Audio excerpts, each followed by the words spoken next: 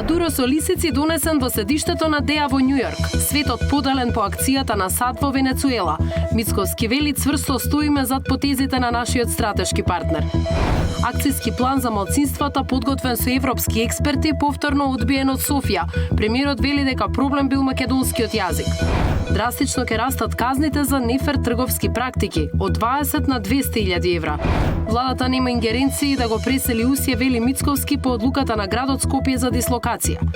Марш молитва и минута молк за жртвите во трагедијата во Швајцарија. Граѓаните бараат правда. Засега сомневања само за двајцата сопственици на клубот за небрежност. Овие вести во живо за информациите кои денес ги соопшти премиерот во однос на одбиениот акцијски план за малцинствата кој од Македонија бил доставен до Бугарија. Останете со нас, почнуваат вести.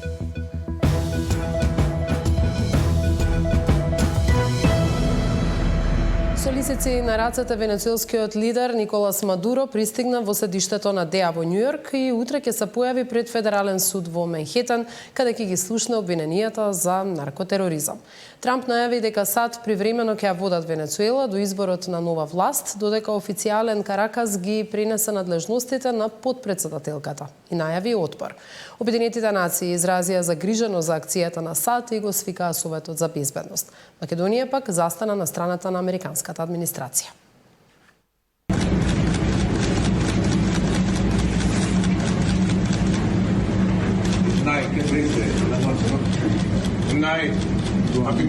Со желби за срекна нова година и лисици на рацете, Мадуро пристигна во седиштето на ДЕА во Њујорк. По фотографијата која од него ја објави Белата куќа, на социјалните мрежи се појави и видео објавено од профил кој се поврзува со администрацијата на Трамп. Тој утре треба да се појави пред Федералниот суд на Менхетен, каде што ќе ги слушне обвиненијата за наркотероризам. Нема фотографии од неговата сопруга, но американските власти објавија дека и таа ќе се соочи со обвиненија. Трамп вчера на пресконференција рече дека до изборот на нова власт Америка ќе ја раководи земјата, додавајќи дека актуелната опозиција не е подготвена за тоа. Пред американските граѓани објаснуваше дека за тоа нема да платат ништо, бидејќи Венецуела има резерви на нафта. We're not spending money. The oil companies are going to go in. They're going to spend money. We're going to take back the oil that, frankly, we should have taken back a long time ago. A lot of money is coming out of the ground. We're going to get reimbursed for all of that. We're going to get reimbursed for everything that we spend. Врховниот суд на Венецуела надлежностите да ја води државата и ги префрли на подпредседателката, која најави дека официјален Каракас ке се брани со сите расположливи средства. Nosotros estamos listos para defender a Venezuela. Nosotros estamos listos para defender nuestros recursos naturales que deben ser para el desarrollo nacional.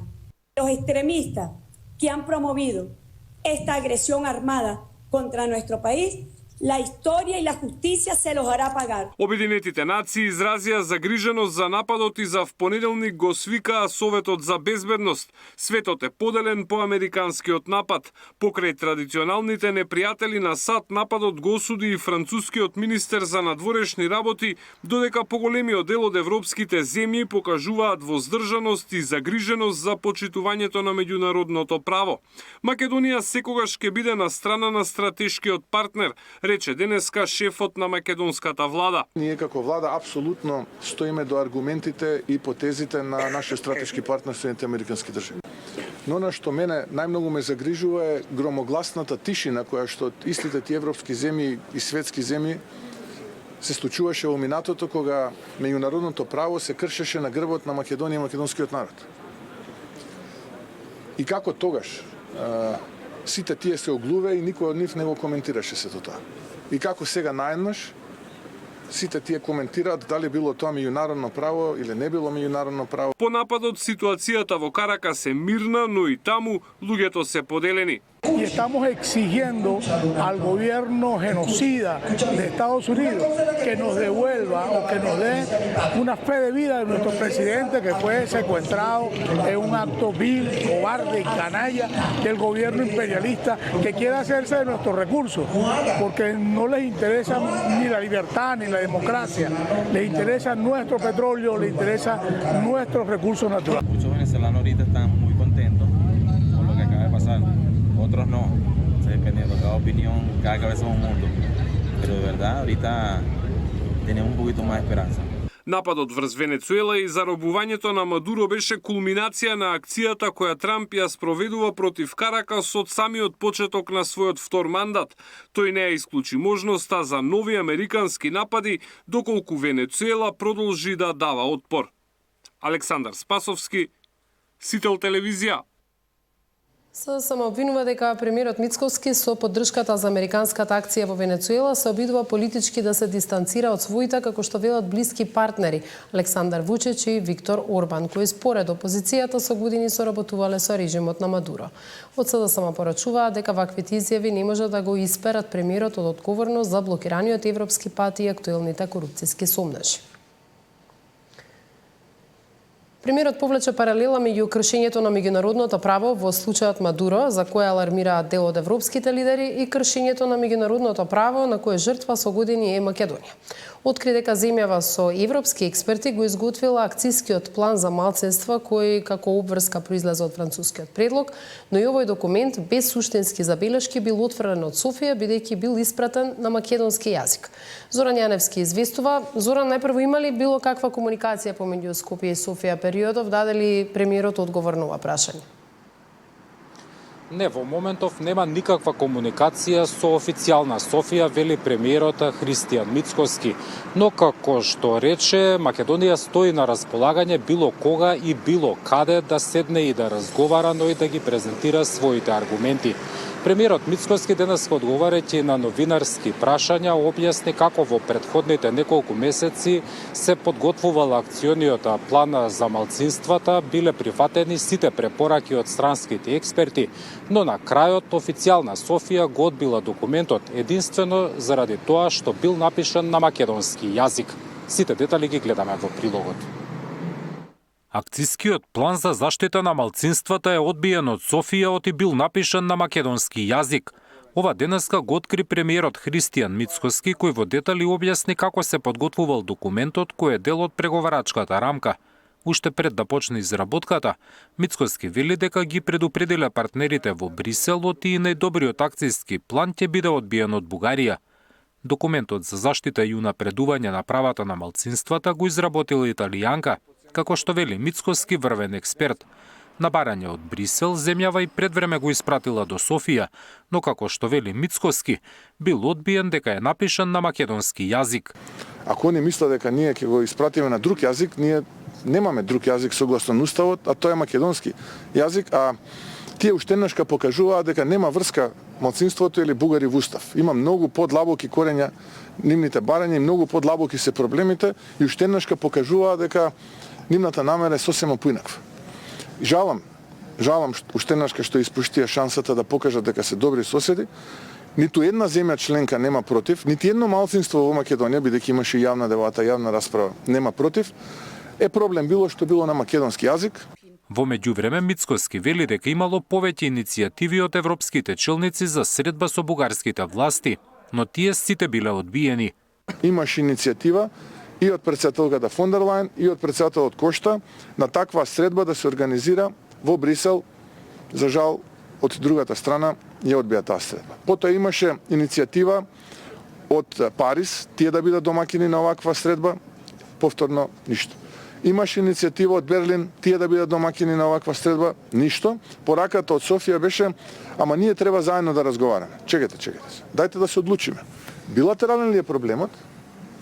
Или ние имаме проблем со Брисел? Ако е билатерален, тоа вие потврдувате тезата дека го билатерализирате процесот на пристапување, дека нема врска копенхагенски критериуми. Ако е така, да знаеме. Премиерот вели дека во моментов земјава нема никакви контакти со Бугарија, но како што рече, стоиме на располагање било кога и било каде да разговараме и да ги представиме нашите аргументи. Зоран Јаневски, Сител телевизија. Драстично ќе растат казните за нефер трговски практики од 20 на 200.000 евра. Владата нема ингеренции да го пресели Усија, вели Мицковски, по одлуката на градот Скопје за дислокација.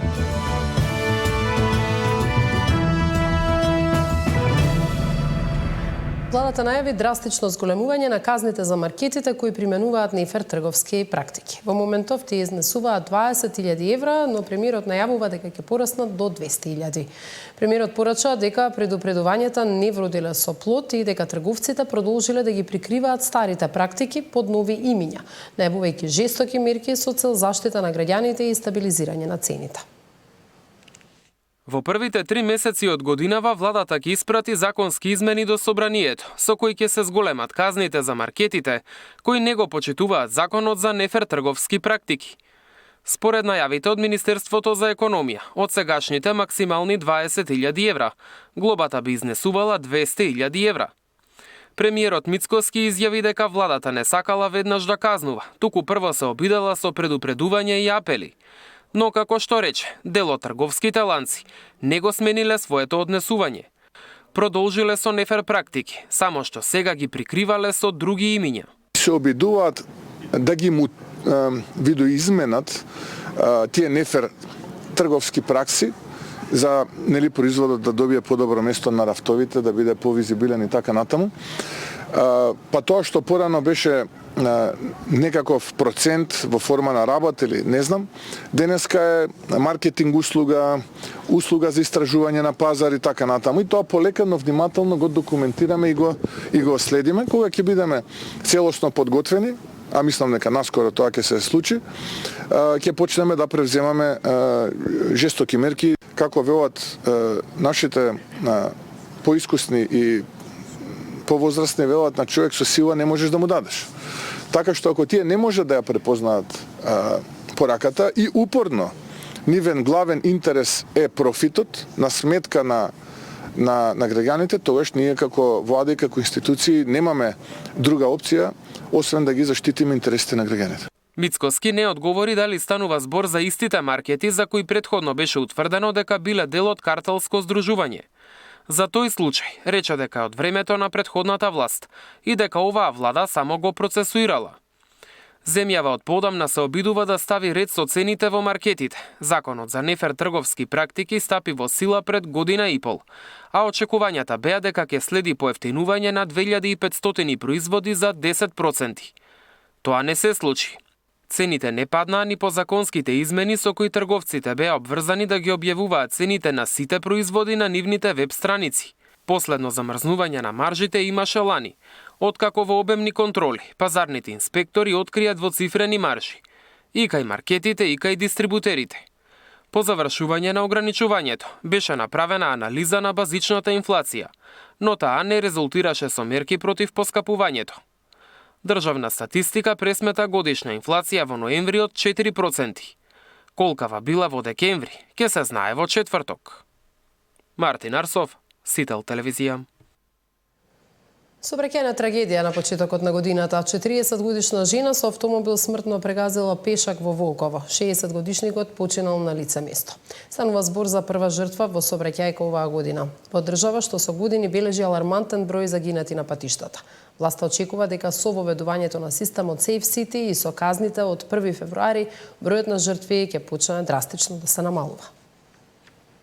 40-годишна жена смртно прегази пешак. 60-годишникот Скопско Волково е последната жртва како последица од невнимание на возач. Вчера скопјанка со Мерцедес удрила во мажот, а тој од повредите починал на лице место.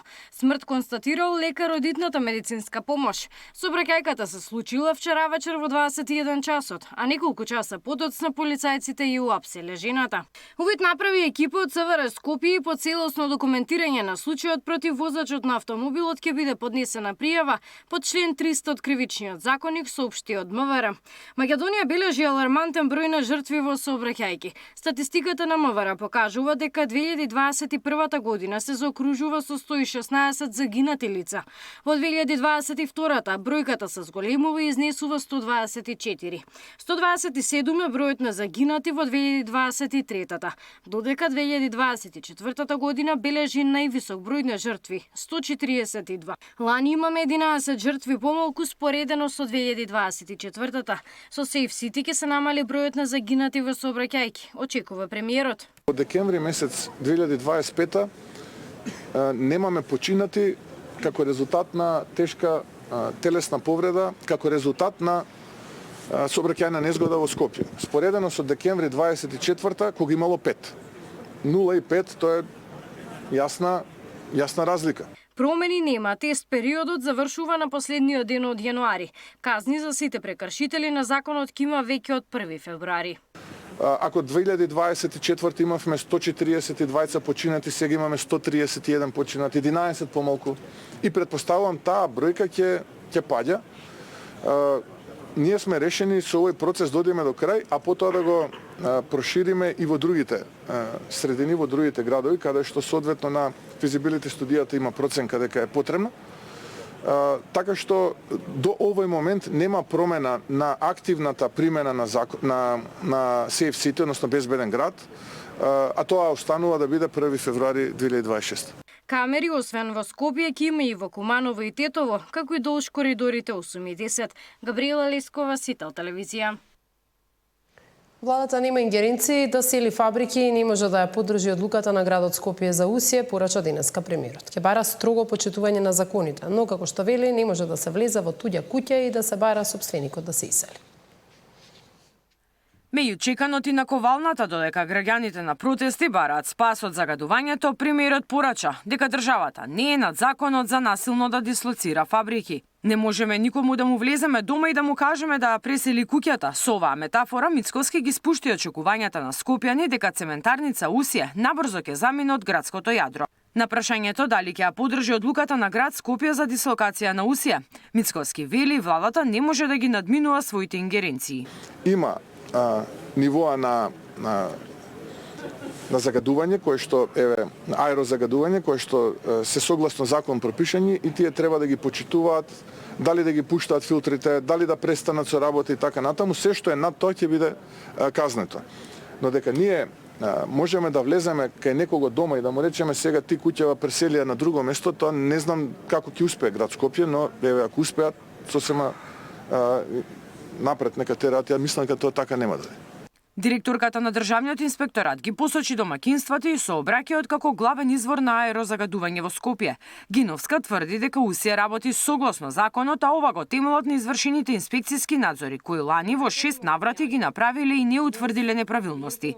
Интересно е што согласно законот фабриките во Македонија самостојно треба да вршат мерења и да известуваат за количината на штетни издувни гасови кои ги емитираат. На ова најостро реагираат екоактивистите, кои тврдат дека таквите мерења се невалидни бидејќи фабриките ги правеле на помалку од 16 часа дневно и не биле на 10 дена во континуитет како што предвидува законот. По рекордите кои ги руши главниот град на европско и светско ниво во аерозагадување, граѓаните одржаа протест и побараа дислокација на Усие. Советот на град Скопје ја поддржи оваа иницијатива и донесе одлука за дислоцирање на Титан Усие од градското подречје. Дозволата на Усие истекува 2027, но годинава во март треба да ја почнат постапката за барање нова, а интегрирана дозвола за да продолжат со работа. А интегрирана дозвола на фирма може да се одземе по 3 кривични прекршоци, но со нивна докажана вина на суд. Усие е една од 40 фирми со интегрирана дозвола во Скопје или дел од вкупно 120 во државата, согласно регистарот што го води управата за животна средина. Мирјана Давидовска, Сител телевизија. Грипот и респираторните инфекции ги преполнија дежурните служби во главниот град. Главоболка, висока температура, кашлица, малаксаност се најчистите симптоми поради кои граѓаните бараат лекарска помош. Најпогодени се децата и хронично болните. Главоболка, малаксаност, кашлица, болка во грло и тело и висока фебрилност се најчестите симптоми со кои пациенти викендот бараат лекарска помош. Не само во клиниките и болниците, туку големи гужви има и во дежурните служби во Скопје. Во пунктот во Ѓорче Петров за неполни 24 часа имаат повеќе од 100 прегледи. Од возрастни кои веќе се со хронични заболувања, до деца кои се најмногу на удар на грипот и респираторните инфекции. Меѓутоа некош пациентите доаѓаат и во поодминат период кога навистина ќе бидат прегледани, меѓутоа ќе бидат опатени и понатаму во соодветните институции. Во зависност од нивната клиничка слика, доколку амбулантското лекување не им е доволно, понатаму ги препраќаме на соодветни исследувања во терцијарна установа. Доктор Стефановска вели дека големи гужви има и во педиатрискиот пункт во Битпазар, каде доаѓаат деца со високи температури, а дел од нив ги препраќаат на детска клиника и во Козле. Речиси докторите се едногласни за сегашната сезона на грип, според кои вирусот многу брзо се шири и има потешка клиничка слика. Повеќе групирања, посебно еве сега и дечињата не се во школа, повеќе дома, така да навистина грипот се шири и тоа многу. Затоа би сакала да упатам еден апел до посебно еве и до родителите, но меѓутоа и до повозрасната категорија на пациенти да внимаваат, да не ги поседуваат затворените простори, доколку се во можност да посетат планина, односно онаму каде што нели имаме почист воздух. Според последниот извештај на Институтот за јавно здравје имаме зголемување на случаите со грип, но засега нема препораки од надлежните да има забрана за посети во болниците. Епидемиолозите веќе предупредија дека грипот ќе земе замав по новогодишните и божитни празници. Во нашето соседство пак веќе регистрираат рапидно зголемување на заболените. Во Србија најмногу на удар се децата, а слична е состојбата и во Хрватска. Во Њу Јорк имаат пријавено рекорден број на хоспитализации, а американските центри за контрола и превенција проценуваат дека повеќе од 3000 лица починале поради компликации од грипот. Сања Димитровска, Сител телевизија. 3 нови градинки отворени со почетокот на новата година. По Карбинци и Кочани, нова детска градинка е пуштена во употреба и во Сопиште. Во објектот Сонце ќе бидат згрижени 84 дечиња од предшколска возраст. Во овој објект ќе може да се запишуваат деца од 0 до 2 години, од 2 до 4, од населените места Сопиште, Долно Сонје, Горно Сонје, Добри Дол и Ракотинци.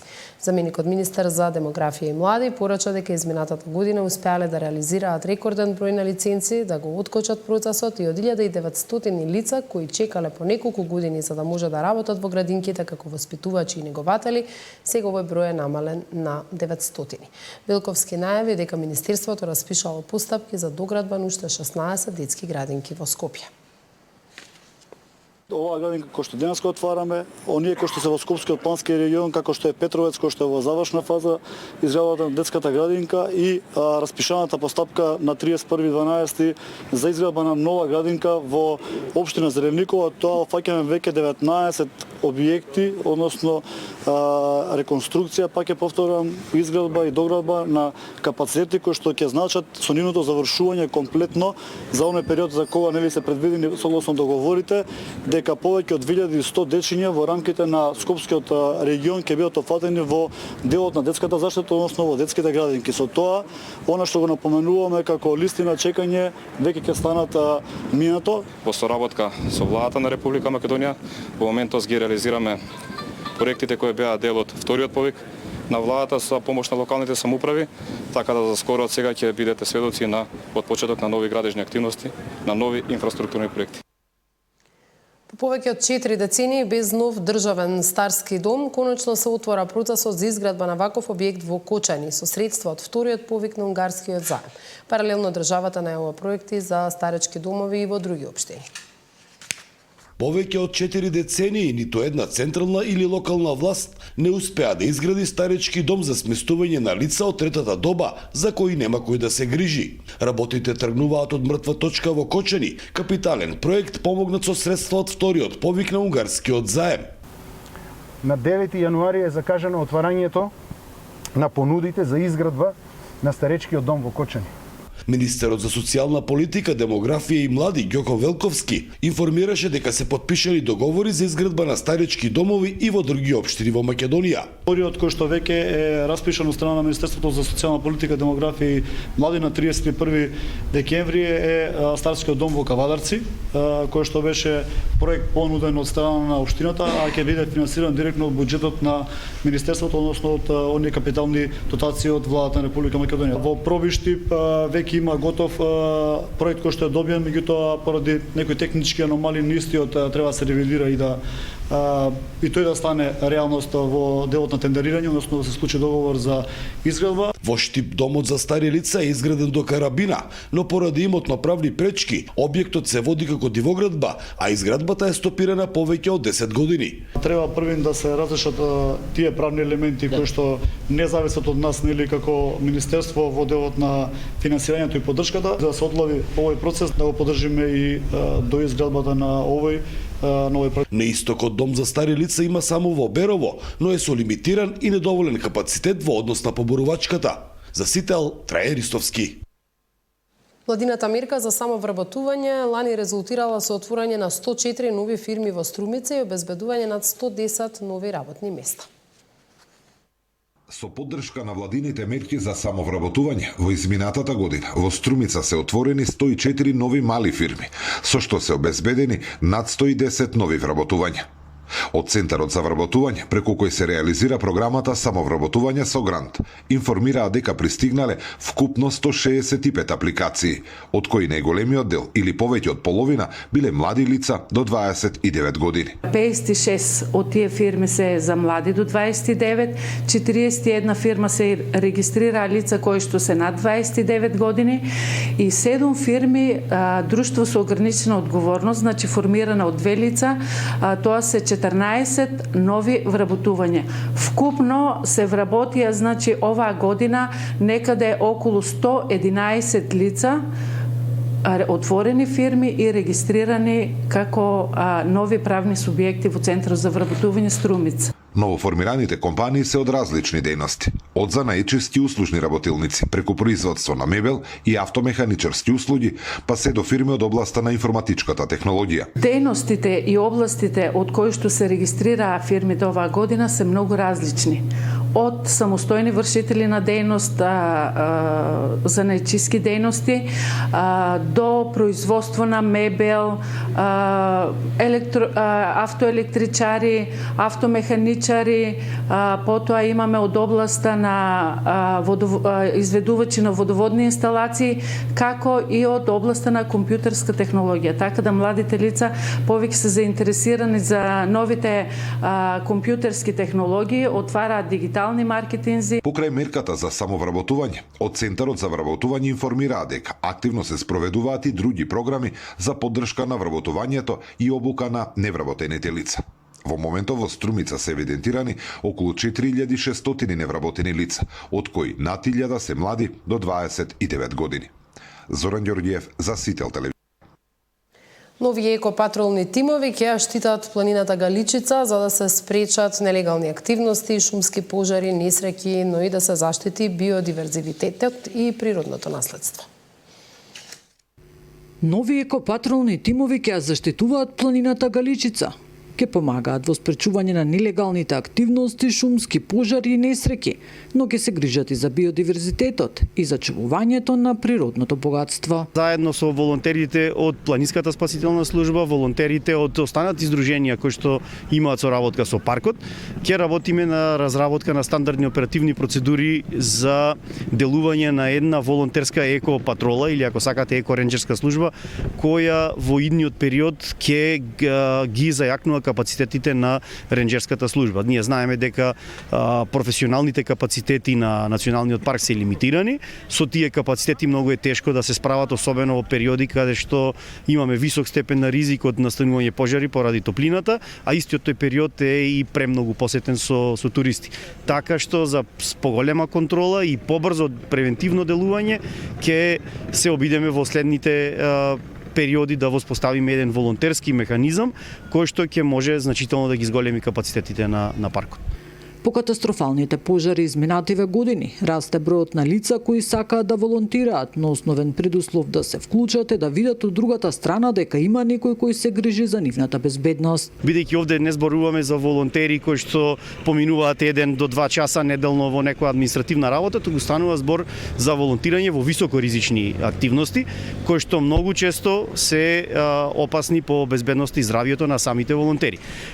Токму заради тоа, обезбедувањето на современа опрема, обезбедувањето на квалитетна едукација, која што пред се, пак ќе повторам, служи за безбедност на самите волонтери, значи многу мотивирачки кон оние кои што сака да дадат дел од своето време за да помогнат на некој друг. За поголема контрола и побрзо превентивно делување ќе се воспоставува волонтерски механизам кој ќе може да ги зголеми капацитетите на Националниот парк. Инаку во Охридскиот регион има нешто повеќе од 30 на волонтери пропратени со логистички тим. Нина Ритоновска, Сител телевизија.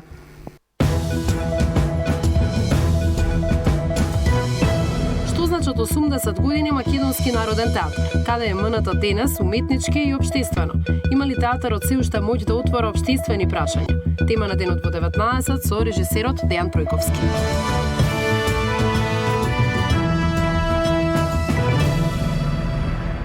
со марш, молитва и минута молк, жителите и туристите во швајцарскиот